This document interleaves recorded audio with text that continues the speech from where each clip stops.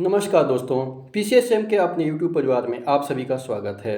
अभी हम लोग एनसीईआरटी के 6 क्लास के साइंस का अध्ययन कर रहे हैं।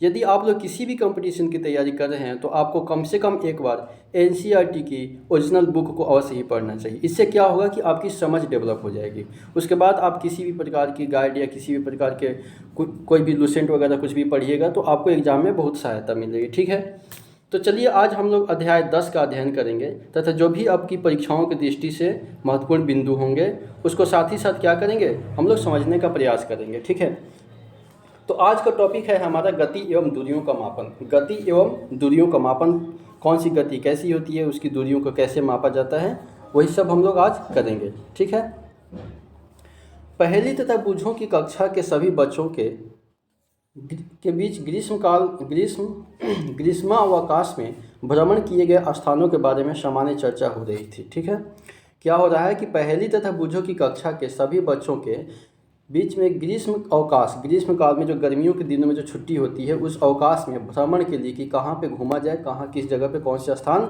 समय अनुकूल सही रहेगा, तो किए गए स्थानों के बारे में सामान्यतः ऐसी चर्चा हो रही थी। तभी एक बच्चा अपने पैतृक गाँव पहले रेलगाड़ी एक बच्चा अपने पैतृक गांव जहाँ पे उनके दादा दादी रहते थे, उनके जन्म हुए थे, तो पैतृक गांव जहाँ पहले रेलगाड़ी, फिर बस और अंत में बैलगाड़ी का उपयोग करके गया था। ठीक है, एक विद्यार्थी ने वायुयान से यात्रा की थी।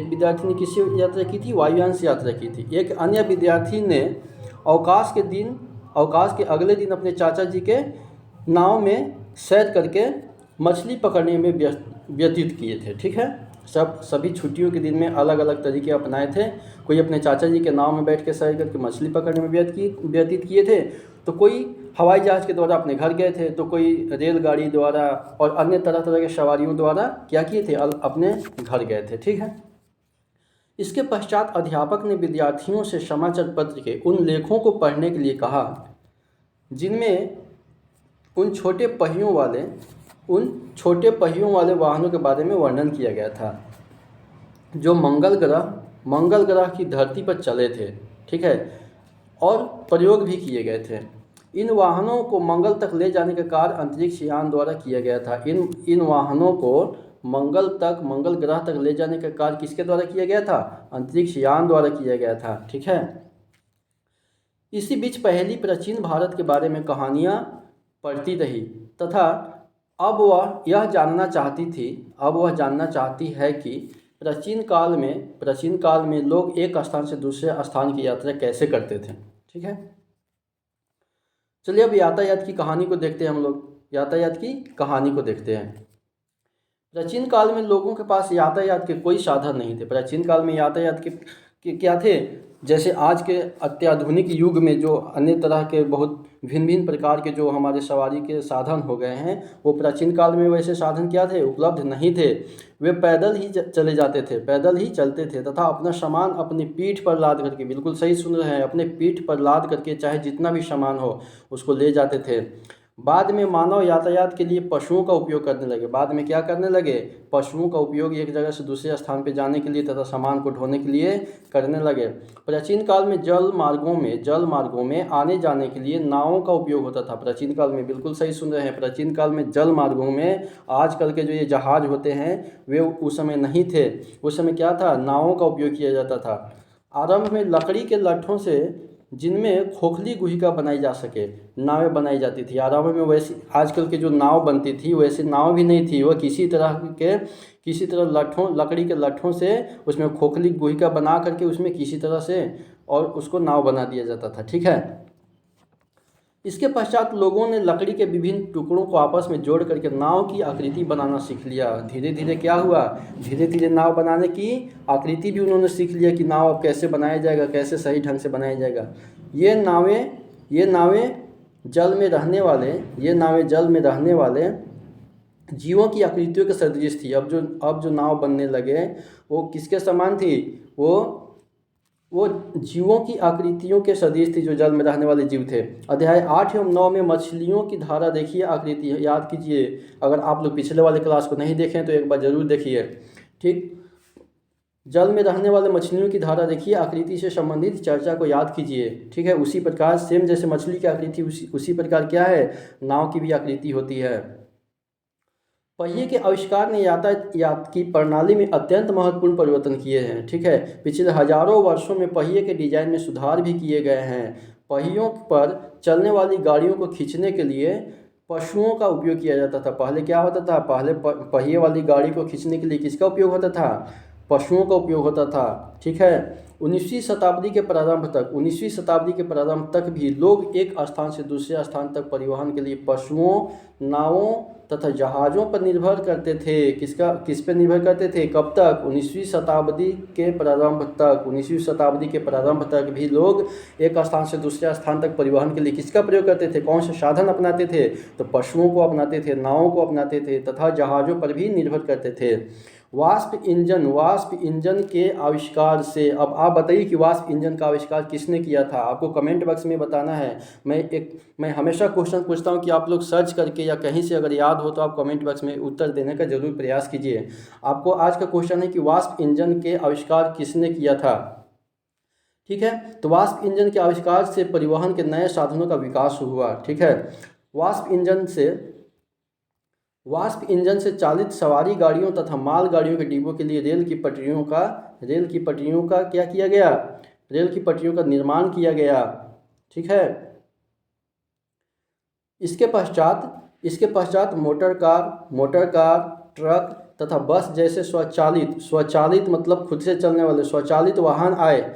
जल पर परिवहन के साधन के रूप में मोटर से चलने वाले नाव आ गए। पहले नाव क्या थे, पहले ऐसे ही थे जो हाथ से चलाए जाते थे। बाद में क्या हुआ, मोटर से चलने वाले जैसे बहुत बड़े बड़े नाव बड़े बड़े नदियों में देखते होइएगा आप लोग। ठीक है, और जहाज़ों का उपयोग होने लगा। ठीक है, 19वीं शताब्दी के प्रारंभ के वर्षों में वायुयान का विकास हुआ। वायुयान का विकास किस शताब्दी के प्रारंभ में हुआ था, 19वीं शताब्दी के प्रारंभ में हुआ था। ठीक है, जिनमें बाद में सुधार भी किए गए और इन्हें यात्री तथा सामान ले जाने योग्य बनाया गया। ठीक है, अगला है कि विद्युत रेलगाड़ी एकल रेल यानी एक पटरी वाला रेल, पराध्वनिक यानी सुपरसोनिक वायुयान तथा अंतरिक्ष यान 20वीं शताब्दी के कुछ योगदान है। 20वीं शताब्दी में कौन कौन से योगदान हुए हैं, विद्युत वाला रेलगाड़ी का निर्माण हुआ है, एकल रेल यानी एक पटरी पर चलने वाले रेल का आविष्कार हुआ है, पराध्वनिक यानी सुपरसोनिक वायुयान का निर्माण हुआ है, साथ ही साथ अंतरिक्ष यान जो है, ये सभी किस शताब्दी के योगदान है, 20वीं शताब्दी के योगदान है। ठीक है, चित्र संख्या 10.1 में कुछ परिवहन के विभिन्न साधन दिया गया है। ये 10.1 में परिवहन के कुछ साधन दिया है। यहाँ पे बस है, रेलगाड़ी है, यहाँ पे टमटम है, उसको ये साइकिल है, यहाँ पे जहाज है, एरोप्लेन है। ठीक है, चित्र संख्या 10.1 में परिवहन के कुछ विभिन्न साधन दिखाए गए हैं। इन्हें प्राचीनतम से अत्याधुनिक परिवहन के साधनों के सही क्रम में व्यवस्थित कीजिए। ठीक है, आप सोचिए, देख लीजिए, क्या इनमें परिवहन का कोई ऐसा प्राचीन साधन भी है जिसे आजकल उपयोग में नहीं लाया जाता है। आप देखिए, सोचिए, यह डेस्क कितना चौड़ा है, लोग यह कैसे पता लगाते हैं कि वे कितनी दूरी चलते हैं। आप यह कैसे पता लगाते हैं कि आप अपने स्कूल तक की दूरी पैदल चल करके तय कर सकते हैं, अथवा स्कूल पहुंचने के लिए आपको बस अथवा रिक्शे की आवश्यकता होगी, बस अथवा रिक्शे की आवश्यकता होगी। जब आपको कुछ खरीदना होता है तब क्या आपके लिए बाजार तक पैदल जाना संभव होता है। आप इन प्रश्नों के उत्तर कैसे जानेंगे, कोई स्थान कितना दूर है यह प्रायः जानना महत्वपूर्ण होता है, ताकि हम यह अनुमान लगा सकें कि वहां पहुंचने के लिए हम कैसे जाएंगे, पैदल चल करके या बस से या रेलगाड़ी से या पानी के जहाज़ से, वायुयान से, अथवा कोई अंतरिक्ष यान लेना होगा। अब मान लीजिए हमको अंतरिक्ष में जाना है तो वहाँ पे पैदल तो नहीं जा सकते हैं। अब मान लीजिए अगर कहीं बिहार से या फिर यूपी से या पंजाब से किसी स्टेट से दूसरे स्टेट जाना है तो वहाँ तो पैदल नहीं जाएंगे, जाने में तो हमको कितने महीनों लग जाएंगे। तो हमको दूरी पता रहेगा तो दूरी के हिसाब से हम अपने सवारी का चुनाव कर सकते हैं, वायुयान से अथवा कोई अंतरिक्ष यान लेना होगा। कभी कभी ऐसी वस्तुएं भी होती हैं जिनकी लंबाई अथवा चौड़ाई जानने की हमें आवश्यकता होती है। पहली तथा बूझो की कक्षा के कमरे में बड़े बड़े डेस्क हैं,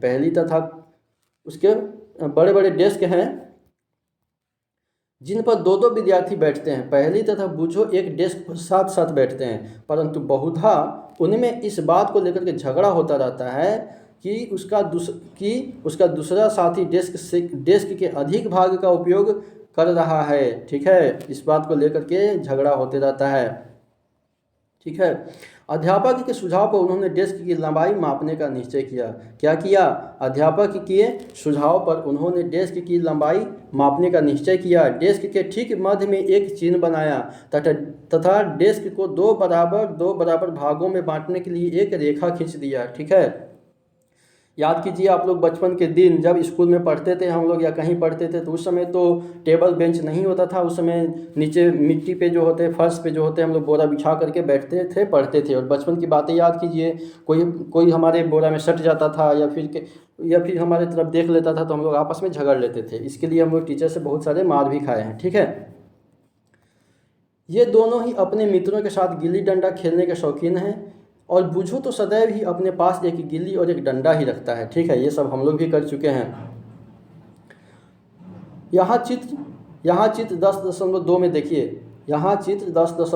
देखिए, यहाँ पे दिखाया गया है कि गिल्ली तथा डंडे के डेस्क की लंबाई मापा जा रहा है। ठीक है, यहाँ उन्होंने गिल्ली और डंडे का उपयोग करके डेस्क की लंबाई मापने का प्रयास कैसे किया। ठीक, ऐसा लगता है कि डेस्क की लंबाई जो है दो डंडों की लंबाई तथा दो गिल्लियों की लंबाई के योग के बराबर है। डेस्क के मध्य में रेखा खींचने पर दोनों प्रश्न दिखाई देते हैं क्योंकि दोनों को आधा आधा डेस्क मिल गया, जिसमें डेस्क का आधा भाग लंबाई में एक डंडे और एक गिल्ली की लंबाई के बराबर है। तो कुछ दिनों के बाद खींची गई रेखा मिट जाती है। बूझो का पुराना गिल्ली डंडा खो भी गया। अब बताइए, अब कैसे कहेंगे कि हमें कहाँ तक मिला हुआ था। अब उसके पास गिल्ली डंडे का नया सेट है। अब देखिए कि वे गिल्ली डंडे से नए सेट का उपयोग करके डेस्क की लंबाई किस प्रकार मापते दिखाई देते हैं। 10 चित्र में ये देखिए, आपका गिल्ली डंडे के किसी भी भिन्न सेट से डेस्क की लंबाई को माप रहे हैं। ठीक है, हेलो जब डेस्क की लंबाई गिल्ली डंडे के नए सेट से मापी गई तब डेस्क की लंबाई ऐसा प्रतीत हुई जैसे यह लगभग दो डंडों तथा एक गिल्ली की लंबाइयों के बराबर हो, परंतु फिर भी डेस्क का कुछ भाग बच गया है। यह तो एक गिल्ली की लंबाई से कम है। अब क्या करें? आप पहली और बुझो को क्या सुझाव देंगे ताकि वे डेस्क की पूरी लंबाई माप लें? आप अपने हिसाब से क्या सुझाव देंगे ताकि बार बार ये गिल्ली डंडा से मापने का झंझट ही खत्म हो जाए? क्या वे लंबाई मापने के लिए क्रिकेट के विकेट तथा गुल्लियों का उपयोग कर सकते हैं? अथवा आप सोचते हैं कि ऐसा करने से वैसी ही समस्या उत्पन्न हो सकती है। बार बार अगर सामान खो जाएगा तो कैसे मापेंगे? वह एक कार्य कर सकते हैं, एक छोटी डोरी ले और इस पर दो चिन्ह लगाए। इस पर क्या करें? दो चिन्ह लगाए। यह डोरी की एक लंबाई होगी। वे डेस्क की चौड़ाई डोरी की लंबाई के पदों में माप सकते हैं। ठीक है, जैसा कि चित्र संख्या 10.4 में दिखाया गया है। चित्र संख्या 10.4 में यहाँ पे डोरी के द्वारा डोरी की लंबाई से डेस्क की लंबाई को मापा जा रहा है। ठीक है, वे इस डोरी का उपयोग डोरी की लंबाई से कम दूरियों को मापने में किस प्रकार कर सकते हैं? वे डोरी को मोड़ करके डोरी की लंबाई का आधा 1/2 यानी 1/4 यानी 1/4 तथा 8वां भाग कर सकते हैं। अब संभवतः पहली तथा बुझो डेस्क की यथार्थ लंबाई इस डोरी की सहायता से माप सकते हैं। आप यह भी कह सकते हैं कि इन्हें अपने ज्यामिति बॉक्स के पैमाने को उपयोग करके अपनी समस्या हल करनी चाहिए। हाँ, वास्तव में ऐसा किया जा सकता है। ठीक है, बूझो ने यह पढ़ा है कि जब ऐसे मानक पैमाने नहीं थे तब लोग दूरियां कैसे मापते थे। अब उनके मन में सवाल आ रहा है तथा वह स्वयं भी भिन्न भिन्न ढंगों से दूरियां मापने का प्रयास कर चुका है। वह क्या है? भिन्न भिन्न प्रकार से दूरियां मापने का प्रयास कर चुका है। ठीक है, ऐसे अनेक अवसर आते हैं जब हमें लंबाई अथवा दूरियां मापने की आवश्यकता होती है। ठीक है, दर्जी कपड़े की लंबाई यह जानने के लिए मापता है कि वह कपड़ा कुर्ता सीने के लिए पर्याप्त है अथवा नहीं है। बढ़ई किसी अलमारी की लंबाई तथा चौड़ाई इसलिए मापता है ताकि वह यह जान सके कि इस अलमारी के दरवाजे को बनाने के लिए कितनी लकड़ी की आवश्यकता होगी। किसी किसान को अपने खेत की लंबाई तथा चौड़ाई अथवा उसके क्षेत्रफल जानने की इसलिए आवश्यकता होती है ताकि वह यह जान जाए कि वह अपने खेत में कितने बीज बो सकता है तथा उसे अपनी फसलों के लिए कितने जल की आवश्यकता होगी।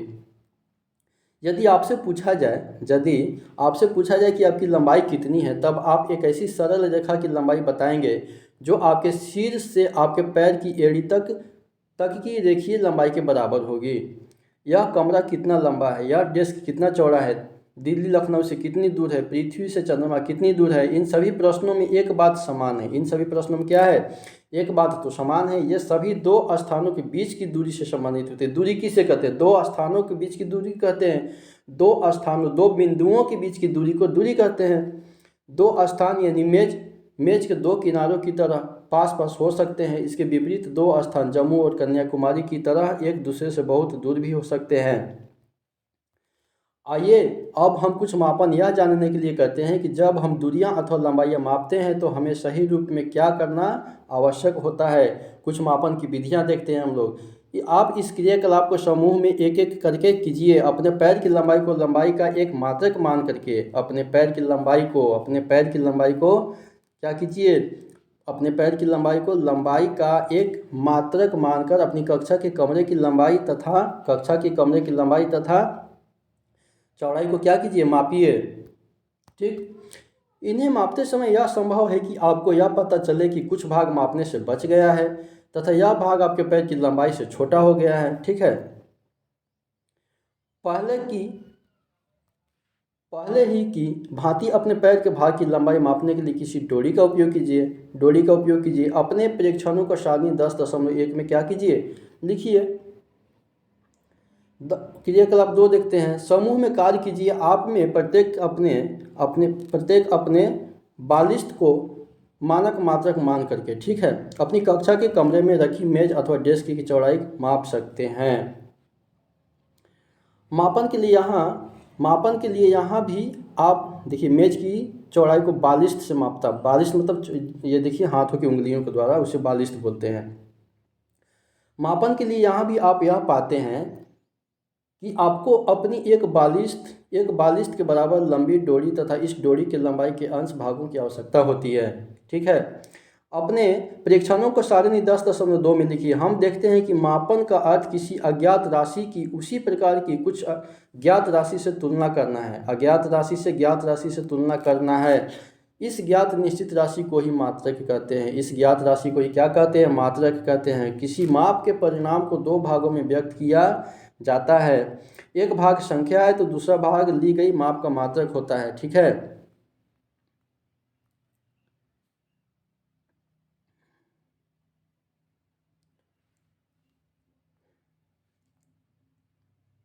सारणी यहाँ पे 10.2 दिया हुआ है। मेज की चौड़ाई मापना। ठीक है।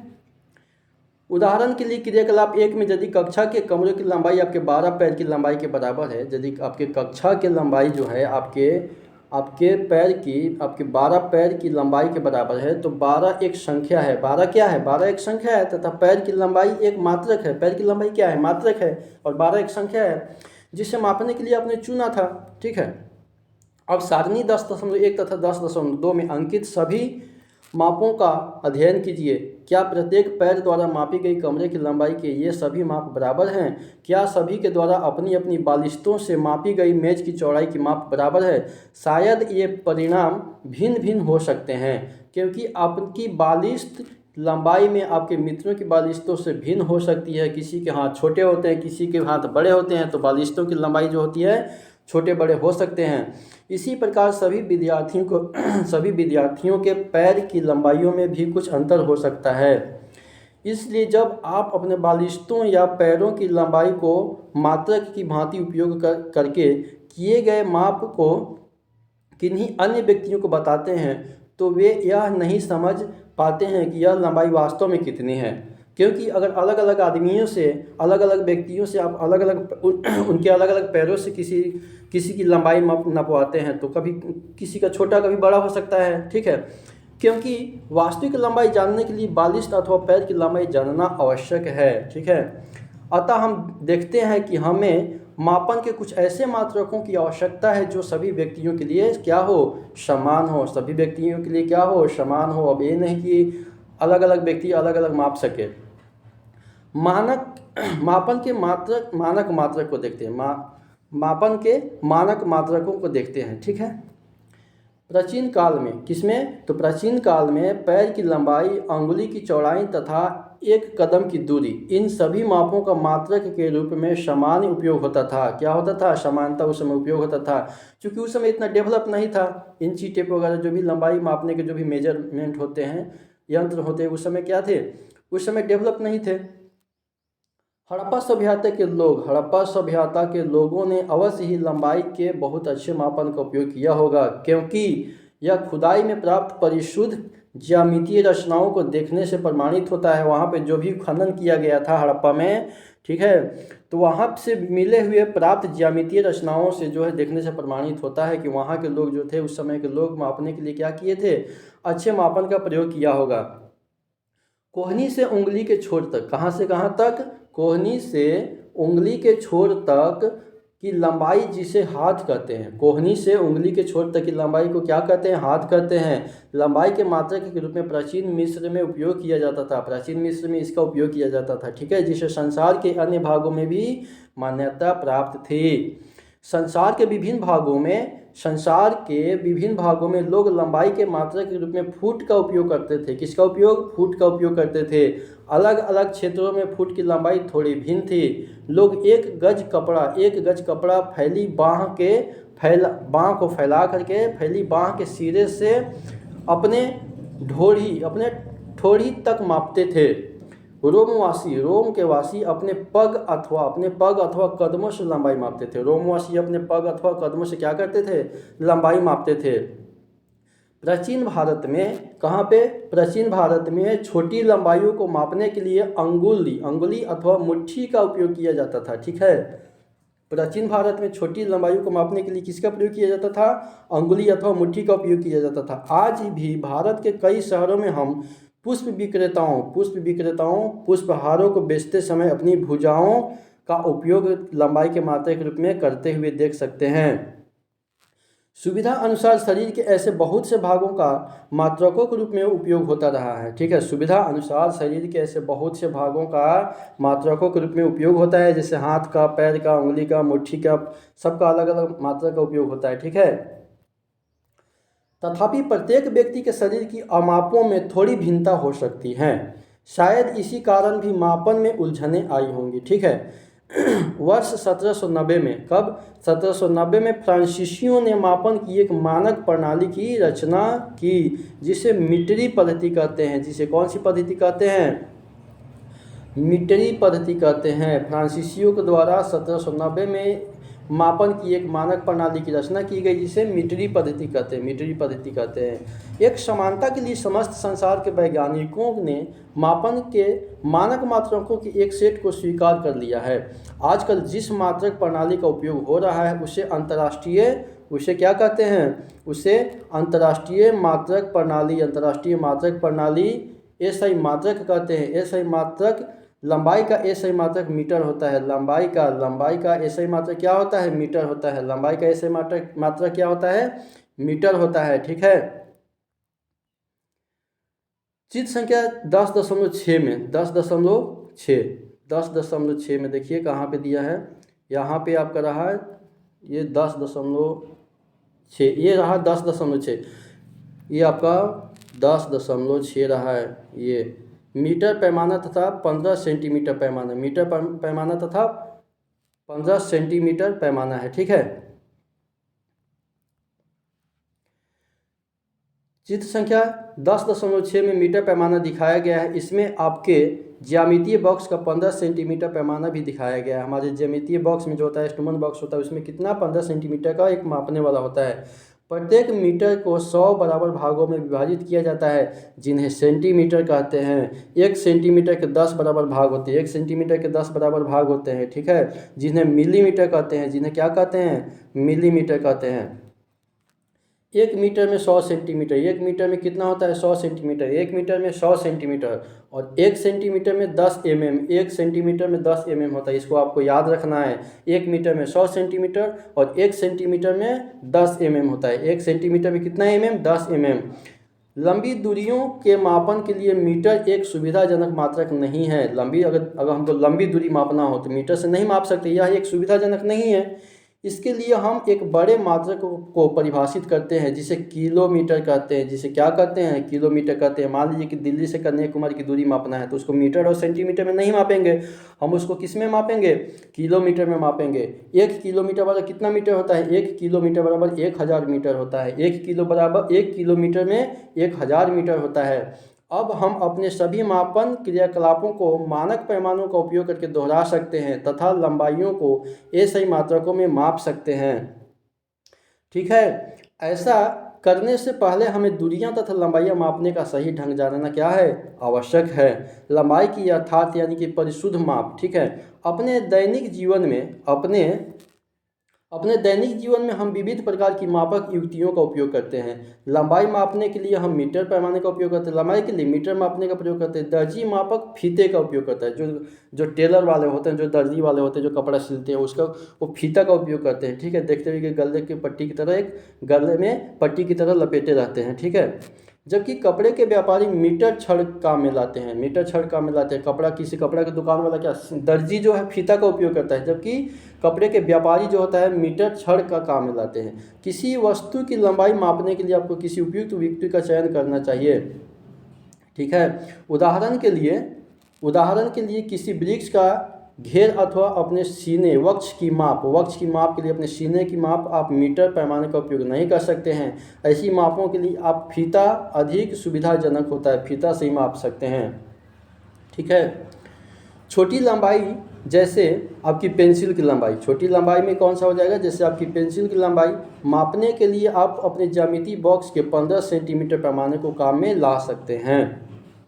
ठीक है, लंबाई मापते समय हमें निम्नलिखित सावधानियां बरतने की आवश्यकता होती है। ठीक है, चित्र संख्या 10.7 में दिखाए अनुसार पैमानों को वस्तु के संपर्क में इसकी लंबाई के अनुदिश रखिए। ये रहा आपका 10.7 में मापी जाने वाली वस्तु को नापने वाले क्या है, यहाँ पे पैमाने को जो है वस्तु के संपर्क में इसकी लंबाई का अनुदिश रखिए। ठीक है, आगे है कि कुछ पैमानों के सीधे टूटे हो सकते हैं तथा आप इन पैमानों के शून्यांक स्पष्ट नहीं कर सकते हैं। जिसके पैमाने के सीधे क्या हो सकते हैं, टूटे हो सकते हैं। ऐसे प्रकरणों में पैमाने के शून्यांक से माप लेने से बचिए, नहीं तो आप गलत माप सकते हैं, जिसके क्या होंगे, सीधे टूटे हो सकते हैं। आप पैमाने का कोई अन्य पूर्णांक जैसे 1.0 सेंटीमीटर काम में ला सकते हैं, तब आपको दूसरे सीधे के पाठ्यांक से इस पूर्णांक के पाठ्यांकों को घटाना चाहिए। उदाहरण के लिए चित्र संख्या 10.8 में दिखाया गया था। ठीक है, एक सीधे का पाठ्यांक 1.0 सेंटीमीटर तथा दूसरे सीधे का पाठ्यांक 14.3 सेंटीमीटर है। अतः वस्तु की लंबाई 14.3 सेंटीमीटर माइनस 1.0 सेंटीमीटर, ये इसको घटाइएगा तो 13.3 सेंटीमीटर हो जाएगा। ठीक है, यहाँ पे 10.8 में दिखाया गया था। 10.8 में यहाँ पे दिखाया गया था, जैसे टूटा हुआ था, यहाँ पे आपको टूटा हुआ दिखाई दे रहा है। यहाँ पे इसका शून्यांक नहीं पता चल रहा है, टूटा हुआ है। ठीक है, माप लेने के लिए आँख की सही स्थिति भी महत्वपूर्ण होती है। ठीक है, माप लेने के लिए आँख की सही स्थिति भी महत्वपूर्ण होती है। चित्र संख्या 10.9 में अभी हम लोग देखे हैं, अभी हम लोग उसमें चित्र संख्या 10.9 में दर्शाए अनुसार आपकी आंख जिस बिंदु की माप ली जानी है उसके ठीक सामने होनी चाहिए। अब ये नहीं कि माप रहे हैं कहीं और देख रहे हैं कहीं और, तब तो गलत हो जाएगा। स्थिति बी आंख की सही स्थिति है। ध्यान दीजिए, बी से देखने पर पाठ्यांक 7.5 सेंटीमीटर है। स्थितियों ए तथा सी से पाठ्यांक भिन्न हो सकते हैं। ठीक है, यहाँ पे 10.9 में दिया हुआ है स्थिति ए, स्थिति बी और स्थिति सी दिया हुआ है। ठीक है, अपने सहपाठी की ऊंचाई पहले बारिशों और फिर मीटर पैमाने का उपयोग करके मापिए। इसके लिए अपने सहपाठी को क्या कीजिए, दीवार के साथ पीठ रख करके खड़ा होने के लिए कहिए। उसके सिर से ठीक ऊपर दीवार पर एक चिन्ह अंकित कीजिए। अब फर्श से दीवार पर बने इस चिन्ह तक की दूरी पहले पहले अपने बालिश से और फिर मीटर पैमाने से मापिए। ठीक है, उस अपने साथी को क्या कीजिए कि दीवार के सामने दीवार के सटे जस्ट सटा करके उसको खड़ा कर दीजिए। फिर अपने हाथों से उसकी लंबाई मापिए। उसके बाद फिर मीटर से पैमाने से मापिए। अन्य सभी विद्यार्थियों से इस लंबाई को इसी प्रकार मापने के लिए कहिए। सभी प्रेक्षण सारणी 10.3 में आप लिखिए। विभिन्न विद्यार्थियों के द्वारा, किसके द्वारा? विभिन्न विद्यार्थियों के द्वारा प्राप्त परिणामों का ध्यान से अध्ययन कीजिए। कॉलम 2 में परिणाम एक दूसरे से भिन्न हो सकते हैं क्योंकि विद्यार्थियों के बालिश्तों की लंबाई एक दूसरे से भिन्न हो सकते हैं। ठीक है, अब कॉलम 3 के परिणामों को ध्यान से देखिए। इसमें सभी माप जो है मानक पैमाने द्वारा ली गई हैं। ये परिणाम एक दूसरे के बहुत समीप हो सकते हैं, परंतु क्या ये एक दूसरे के ठीक बराबर हो सकते हैं? ठीक बराबर हैं। यदि नहीं बराबर है तो आपके विचार से यह अंतर क्यों है? आखिर सभी एक ही पैमाने का उपयोग कर रहे हैं, फिर भी भिन्न बालिश्तों का उपयोग तो कर ही नहीं रहे हैं। यह अंतर प्रेक्षण लेने में होने वाली छोटी त्रुटियों के कारण हो सकता है। ठीक है, मापने में जो छोटी छोटी त्रुटियां हैं उसके कारण हो सकता है। मापन की इन त्रुटियों को जानने और व्यवहार में लाने के महत्व के बारे में उच्च कक्षाओं में हम लोग सीखेंगे।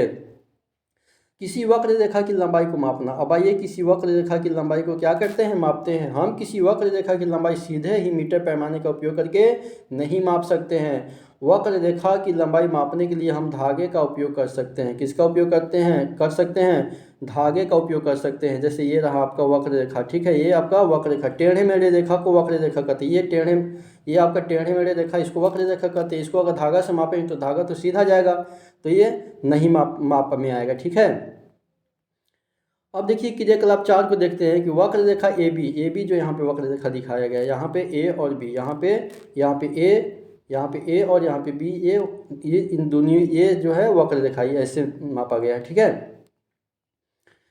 तो वक्र रेखा ए बी की लंबाई मापने के लिए किसी धागे का उपयोग कीजिए। धागे के एक सिरे पर गांठ बांधिए। इस गांठ को बिंदु ए पर रख दीजिए। अब धागे को अपनी अंगुली तथा अंगूठे द्वारा तना हुआ रखकर इसके छोटे भाग को रेखा के अनुदिश रखिए। कहाँ रखिए? रेखा के अनुदिश रखिए। इस बिंदु पर अपने एक हाथ से धागे को थामिए। अपने दूसरे हाथ से धागे के और थोड़े भाग को वक्र रेखा के अनुदिश फैलाइए। इस प्रक्रिया को दोहराते हुए वक्र रेखा के बिंदु बी तक पहुँचिए।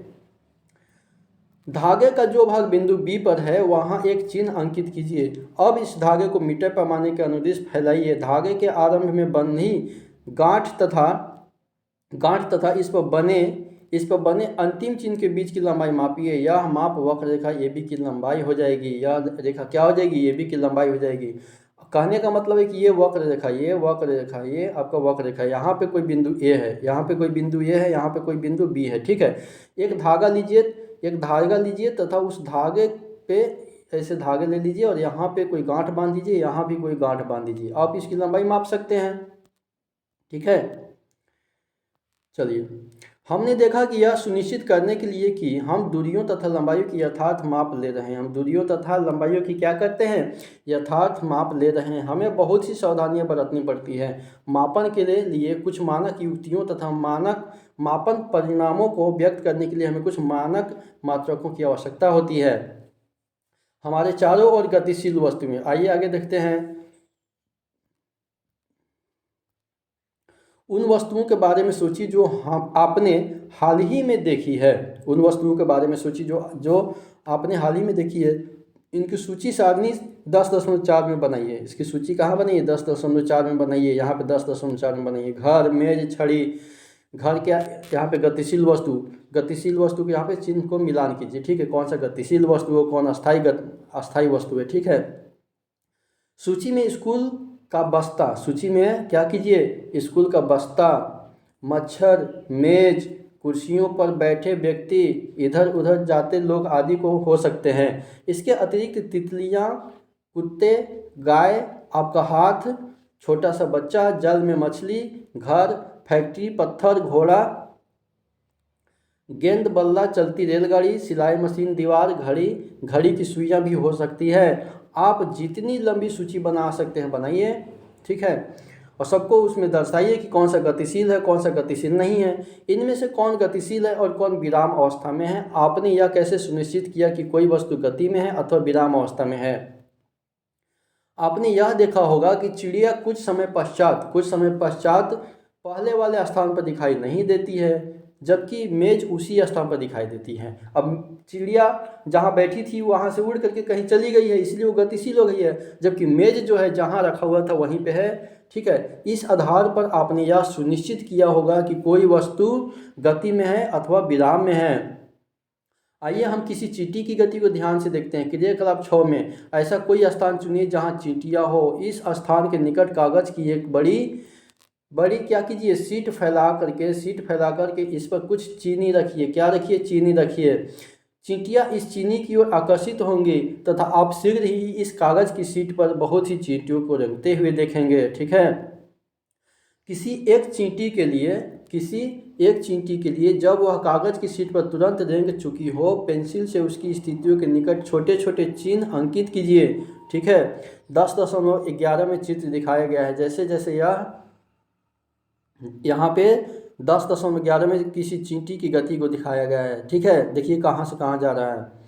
कागज पर रेंगती जाए, आप इसकी स्थितियों पर चिन्ह अंकित करते जाइए। इसकी स्थितियों पे क्या कीजिए, आप चिन्ह अंकित करते जाइए। कुछ समय के पश्चात कागज की सीट को इधर उधर हिला करके इस पर से चीनी एवं चींटियाँ हटा दीजिए। उन विभिन्न बिंदुओं जिन्हें आपने कागज पर अंकित किया था उसको तीरों द्वारा जोड़ करके, उसको किसके द्वारा? तीरों द्वारा जोड़ करके चींटी की गति की दिशा लगाइए, दर्शाइए। वह हर बिंदु जिसे आपने अंकित किया है कुछ सेकंडों के समय अंतराल में चींटी ने कहाँ कहाँ गति की थी, इसको दर्शाइए। गति जो है किसी वस्तु की स्थिति में किसी प्रकार के परिवर्तन जैसी दिखाई देती है। गति क्या है? किसी वस्तु की स्थिति में, किसी वस्तु की स्थिति में किसी भी प्रकार के परिवर्तन कर दे उसको गति कहते हैं। क्या आप ऐसा नहीं मानते हैं? क्रियाकलाप 5 में वस्तुओं के समूह बनाते समय आपने घड़ी, सिलाई की मशीन अथवा बिजली का पंखा जैसी वस्तुओं को किस समूह में रख सकते हैं? क्या ये वस्तुएं एक स्थान से दूसरे स्थान तक गति कर रही है या नहीं कर रही है? क्या आप इनके किसी भाग में कोई गति देखते हैं? पंखे की पंखुड़ियाँ अथवा घड़ी की सुइयाँ कैसे गति करती हैं? क्या इनकी गति चींटी अथवा रेलगाड़ी की गति जैसी ही है? आइए अब हम कुछ प्रकार की गतियाँ देखते हैं जिनसे हमें इन विभिन्न प्रकार की गतियों को समझने में क्या मिलेगी? सहायता मिलेगी। ठीक है, आगे है कि गति के प्रकार कौन कौन से गति होते हैं। ठीक है,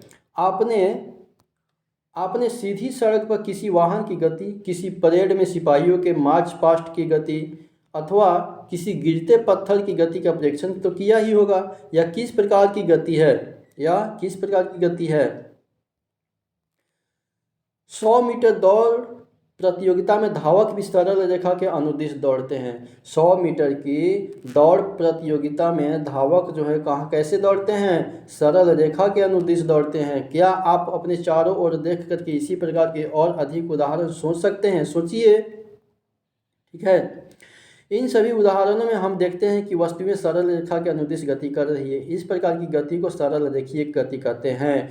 जो गति एक सीधी रेखा में होती है उसको सरल रेखीय गति कहते हैं। ठीक है, एक पत्थर लीजिए, इससे एक धागा बांधिए तथा अपने हाथ से इसे तेजी से घुमाइए। ठीक है, पत्थर की गति को ध्यान से देखिए। हम देखते हैं कि पत्थर वृत्तीय पथ के अनुदिश गति कर रही है। कैसी कर रही है? वृत्तीय पथ के अनुदिश गति कर रही है। ठीक है, एक पत्थर लीजिए, ये पत्थर रहा, इसमें एक डोरी बांधिए, इसको अपने हाथों से ये रहा आपका हाथ, इसको हाथों से घुमाइए, ये ऐसे ऐसे घूमेगा, ये गोल गोल घूमेगा। इसको कैसे कहते हैं? इसको वृत्तीय पथ के अनुदिश यानी वृत्तीय गति कहते हैं। ठीक है, इसको वृत्तीय गति कहते हैं। ठीक है,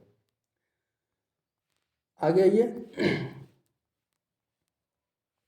ये आपका वृत्तीय गति है।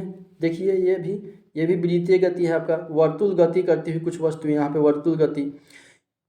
इस गति में पत्थर की आपके हाथ से दूरी समान रहती है। इस गति में, वर्तुल गति में क्या करती है? पत्थर पत्थर की आपके हाथ से दूरी क्या रहती है, समान रहती है। इस प्रकार की गति को वर्तुल गति कहते हैं, वर्तुल गति कहते हैं। बिजली के पंखे की पंखुड़ियों पर अंकित किसी चिन्ह की गति, किसी घड़ी के सेकंड की सुई की गति वर्तुल गति के उदाहरण है। ठीक है, इसमें कौन सी गति, वर्तुल गति के उदाहरण है। चित्र जो है उदाहरण के लिए 10.13 में दिखाया गया, ये सभी वर्तुल गति है, ये वर्तुल गति है। ठीक है, ये वर्तुल गति है। चलिए, बिजली का पंखा अथवा घड़ी, बिजली का पंखा अथवा घड़ी स्वयं एक स्थान से दूसरे स्थान तक गति नहीं कर सकते हैं, स्वयं नहीं करते हैं परंतु पंखे की पंखुड़ियाँ घूर्णन करती है तथा ऐसा ही घड़ी की सुइयाँ भी करती है। यदि हम पंखे की पंखुड़ियों अथवा घड़ी की सुइयों पर कहीं किसी प्रकार का कोई चिन्ह अंकित कर दे तो घूर्णन करते समय भी पंखे अथवा घड़ी के केंद्र से इस चिन्ह की दूरी समान रहेगी। कुछ प्रकरणों में कोई वस्तु एक निश्चित समय अंतराल के बाद अपनी गति को दोहराती है। ठीक है, क्या करती है, दोहराती है। इस प्रकार की गति को आवर्ती गति कहते हैं। इस प्रकार की गति को क्या कहते हैं, आवर्ती गति कहते हैं। एक समय अंतराल के बाद में अपनी गति को दोहराते हैं, उसको इस प्रकार की गति को क्या कहते हैं, आवर्ती गति कहते हैं। डोरी से बांधा हुआ वही पत्थर लीजिए जिसे आपने क्रियाकलाप 7 में उपयोग किया था। अब डोरी को अपने हाथों में थामिए, डोरी को कहाँ कीजिए, अपने हाथों में थामिए तथा पत्थर को डोरी से लटकने दीजिए। यह एक लोलक हो गया, यह एक क्या हो गया, एक पत्थर लीजिए, एक क्या कीजिए, यहाँ पे पत्थर लीजिए, इसको डोरी से लटका दीजिए तथा यह एक, अब ये क्या है, यह एक लोलक हो गया, यह एक लोलक हो गया। ठीक है, दूसरे हाथ से पत्थर को एक तरफ खींचिए और फिर स्वतंत्र गति करने के लिए छोड़ दीजिए। लोलक की यह गति आवर्ती गति का एक उदाहरण हो जाएगा। ठीक है, लोलक की यह गति कैसी गति का उदाहरण हो जाएगा, आवर्ती गति का उदाहरण हो जाएगा। ठीक है, वृक्ष की शाखाओं का इधर उधर लहराना, वृक्ष की शाखाओं का क्या करना, इधर उधर लहराना। झूला झूलते बच्चे की गति, सितार की डोरियों की गति, बजते समय ढोलकों अथवा तबलों की झिल्ली की गति, ये सभी किस गति के उदाहरण है, आवर्ती गति के उदाहरण है। ये सभी किस गति के उदाहरण है, आवर्ती गति के उदाहरण है। ठीक है, इधर वृक्ष की शाखाओं का इधर उधर लहराना, झूला झूलते बच्चों की गति, सितार की डोरियों की गति, बजते समय ढोलकों अथवा तबलों की झिल्लियों की गति, ये सभी आवर्ती गति के उदाहरण हैं जिनमें वस्तुएं एक निश्चित समय अंतराल के बाद अपनी गति को दोहराती है। क्या आपने क्रियाकलाप 5 के एक भाग के रूप में सिलाई की मशीन का परीक्षण किया था, सिलाई की मशीन का परीक्षण किया था। आपने ध्यान दिया होगा कि सिलाई मशीन अपनी इसी अवस्थिति पर रहती है जबकि उसका पहिया वर्तुल गति में होता है। पहिया क्या होता है, वर्तुल गति में होता है। इसमें एक सुई भी होती है, जो जब तक पहिया घूर्णन करता है तब तक निरंतर ऊपर नीचे गति करती रहती है। क्या ऐसा नहीं है, यहाँ सुई आवर्ती गति कर रही है। सुई क्या है, यहाँ पे सुई आवर्ती गति कर रही है। ठीक है, क्या आपने फर्श पर लुढ़कती किसी गेंद की गति का ध्यानपूर्वक परीक्षण किया है। गेंद जो है किसी फर्श पर क्या करती है, फर्श पर लुढ़कती और घूर्णन करती हुई आगे की ओर गति करती है। ठीक है, इस प्रकार गेंद सरल रेखीय गति के साथ साथ घूर्णन भी गति करती है। इस प्रकार गेंद क्या है, सरल रेखीय गति के साथ साथ घूर्णन गति भी करती रहती है। ठीक है, क्या आप ऐसे अन्य उदाहरण बता सकते हैं जिनमें वस्तु की गति विभिन्न प्रकार की गतियों से मेल करती है। इस अध्याय के अंतर्गत हमने बहुत से मापन क्रियाकलाप किए हैं तथा कुछ प्रकार की गतियों के विषय में चर्चा भी किए हैं। हमने देखा है कि समय के साथ स्थिति में परिवर्तन को गति कहते हैं। समय के साथ स्थिति में परिवर्तन को गति कहते हैं। समय के साथ स्थिति में परिवर्तन को क्या कहते हैं, गति कहते हैं। ठीक है, स्थिति में हुए इस परिवर्तन को हम दूरी मापन द्वारा ज्ञात कर सकते हैं। किसके द्वारा ज्ञात कर सकते हैं, दूरी मापन द्वारा ज्ञात कर सकते हैं। ठीक है, इससे हमें यह जानकारी मिलती है कि कोई वस्तु कितनी धीमी अथवा तीव्र गति कर रही है। फर्श पर घोंघे का रेंगना, तितली का एक पुष्प से दूसरे पुष्प पर मंडराना, नदी का प्रवाहित होना, वायुयान का वायु में ऊंचाइयों पर उड़ना, पृथ्वी के परिता यानी कि पृथ्वी के चारों ओर चंद्रमा द्वारा गति करना, हमारे शरीर में रुधिर का परिसंचरण आदि सभी उदाहरण हैं। आदि सभी उदाहरण हमारे चारों ओर अनेक स्थानों पर होने वाली गतियों को दर्शाते हैं। किसको दर्शाते हैं? गतियों को दर्शाते हैं। तो चलिए इसी के साथ आज की कक्षा समाप्त करते हैं। वीडियो देखने के लिए आप सभी का बहुत बहुत धन्यवाद।